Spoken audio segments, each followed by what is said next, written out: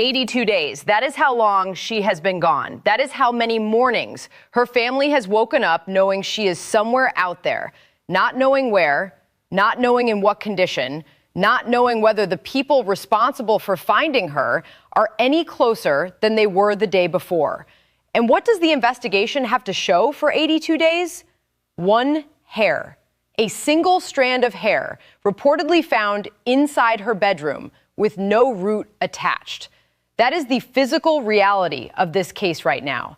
Everything, every hope, every analytical possibility, every avenue toward a name and a face and an arrest depends on what a forensic laboratory can extract from one strand of biological material that gets smaller with every test. To understand why this is the situation and how it got here, you need to understand a little bit about how rootless hair evidence actually works and how it almost did not work at all. Hair has two main components relevant to DNA analysis. The root, which anchors the hair in the follicle, contains what is called nuclear DNA, the full two-parent genetic blueprint that is unique to a specific individual. If you pull a hair out by the root, you have that nucleus, and you can run a standard DNA test that will produce a profile precise enough to identify someone beyond any reasonable doubt. But shed hairs, the ones that fall from your head or body naturally, which is most of the hairs you will ever find at a crime scene, do not come with that root attached. What they come with is mitochondrial DNA, which runs through the shaft and carries only maternal lineage information. It can tell you that a hair belongs to someone in a particular maternal line, but it cannot distinguish that person from their sibling or their cousin or their third cousin once removed. In investigative terms, it is the difference between a partial description and a name. For decades, that limitation defined what investigators could and could not do with the hairs they found at crime scenes. Rootless hairs were collected, processed for mitochondrial DNA, and if the result was inconclusive or only partially useful, they were essentially shelved. You could not identify a specific person from mitochondrial evidence alone. So what else was there to do? Then researchers began working on a different approach, not trying to extract the traditional nuclear profile from a root that was not there, but instead looking at a different class of genetic markers called single nucleotide polymorphisms, or SNPs, distributed throughout the genetic material in the hair shaft itself. SNPs are small but highly specific. When analyzed at sufficient density, they produce a profile that is precise enough to identify an individual, not by matching to a database of known offenders, as traditional DNA profiling does, but by generating a family tree through publicly available genealogy databases, tracing relatives and working backward to identify the person the sample belongs to. The technique was called impossible by mainstream forensic science for years. Then one laboratory proved it was not only possible, but reproducible, and began applying it to cases that had gone cold precisely because the only available evidence was rootless hair. That laboratory's most visible success involved rootless hairs recovered from the bodies of multiple murder victims in a serial killing case that went unsolved for years. 9 hairs from 6 separate crime scenes were processed using this technique. The resulting profiles were traced through genealogy databases to individuals connected to the prime suspect, his wife and daughter. Those results survived a legal challenge, with a federal judge ruling the evidence admissible and setting a legal precedent for the use of this type of analysis in American courts. The suspect, faced with this evidence, ultimately pleaded guilty. The technique that put him away is now being applied to one hair from one bedroom in the case being covered here. And the question is whether enough of that hair remains to produce the same kind of result. The reason there is any question about how much of the hair remains comes down to a decision that has not been adequately explained. Why this hair was sent first to a laboratory with no publicly documented track record in SNP extraction from rootless hair, rather than directly to the specialists who have proven they can do it. Forensic genealogists who follow this case closely have been publicly asking that question for weeks. The answer from official channels has been essentially silence. The hair, reportedly in investigators' possession since February, went through what appears to have been a preliminary analysis at a different lab before its current routing to the lab with actual expertise in this technique. Whether the first lab attempted SNP extraction, how many times, and whether any of those attempts produced usable data before the evidence was redirected, none of that is publicly known. What is known is the mechanics of the process itself, and those mechanics make the question urgent. When forensic analysts attempt to extract SNP profile data from a rootless hair, they work with the hair itself as the medium. There is no way to perform this analysis without consuming the sample. A longer hair gives more material to work with across multiple attempts. A shorter hair may be exhausted in 1 or 2 rounds. Some hairs, for reasons that include the person's individual biology, environmental exposure, and whether the hair was treated with dye or chemicals, carry more extractable genetic material than others. A hair that enters the laboratory rich in recoverable SNP data may still take several analytical attempts before a clean profile emerges. A hair that is less rich may fail entirely. And once the material is gone, it is gone. There is no regenerating biological evidence. The laboratory now working with this sample is among the world's best at this specific technique, and they have demonstrated repeatedly that they can produce results others cannot.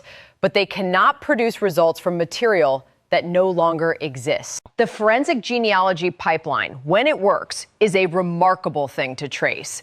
A hair enters the laboratory.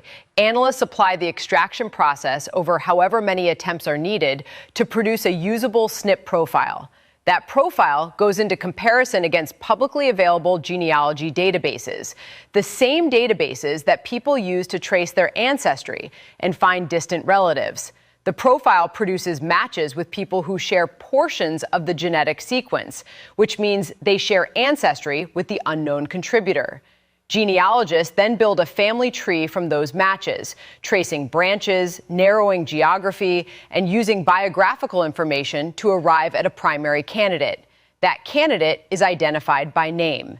Investigators take that name, look at their connection to the victim, examine their movements and communications during the relevant period, and begin building an investigative case. It is a long chain, and each link depends on the one before it. The link that matters right now, the only one that cannot be manufactured from effort or skill alone, is whether the hair produces a viable SNP profile. In the quadruple homicide case that has become something of a landmark in forensic genealogy circles, the DNA that anchored the entire prosecution came from material on the snap of a knife sheath, material that could not be seen with the naked eye, so small and faint that its presence was not immediately obvious to the investigators who collected the item. The hair in the current case is visible. It is something a person can hold in their hand and see. That visible presence does not guarantee more genetic material than the invisible trace on the knife sheath, but it is a meaningful difference in how investigators and the public can calibrate their expectations. A hair carries more genetic material than most trace biological deposits.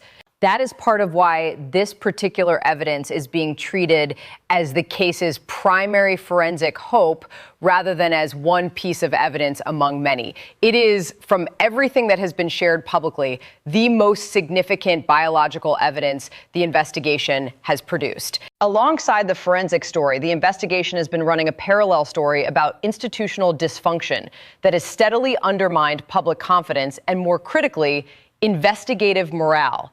The elected official overseeing the county's role in this case is currently facing allegations that he lied under oath during a formal deposition about his disciplinary history as a law enforcement officer. The specific claim is that he denied having ever been suspended as a result of disciplinary action during his career, a statement that existing records appear to flatly contradict. Those records reportedly document multiple separate suspensions at a law enforcement agency where he worked in a previous state, spanning several years and totaling a substantial number of days of unpaid leave. His legal defense centers on a claim that he misunderstood what the question was asking, a position that observers with legal knowledge have greeted with varying degrees of skepticism. Whether the perjury allegation ultimately results in formal charges is less important to the investigation than what the controversy has already done to the internal culture of the department. A formal vote of no confidence by the sheriff's own deputies is not a minor event in the life of a law enforcement agency. It reflects a breakdown in the foundational professional relationship between field investigators and the leadership that directs their work and represents them publicly. When that relationship is broken, the operational consequences are real, even if they are not immediately visible. Information flows more slowly. Disagreements get suppressed rather than surface productively. Individuals in the field become more cautious about how they document and escalate findings that might create additional controversy for leadership. In a missing persons case where the investigative timeline is already a source of serious concern, that kind of institutional drag is not acceptable. The presence of federal investigators in this case is the most significant structural counter to this dysfunction. Federal agencies operate within a different command structure, answer to different political principles, and have both the resources and the legal authority to pursue elements of the case that county-level law enforcement may struggle with. Their confirmed involvement in the forensic DNA process, specifically their relationship with the laboratory now believed to be working with the bedroom hair, suggests they are not playing a merely ceremonial role.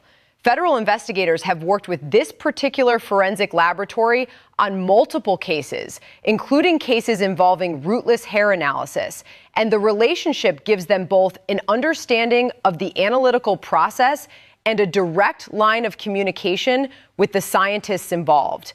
If a SNP profile is successfully produced, the federal capacity to immediately initiate a genetic genealogy analysis and translate a profile into an investigative lead is substantially greater than what a county sheriff's office could mobilize independently.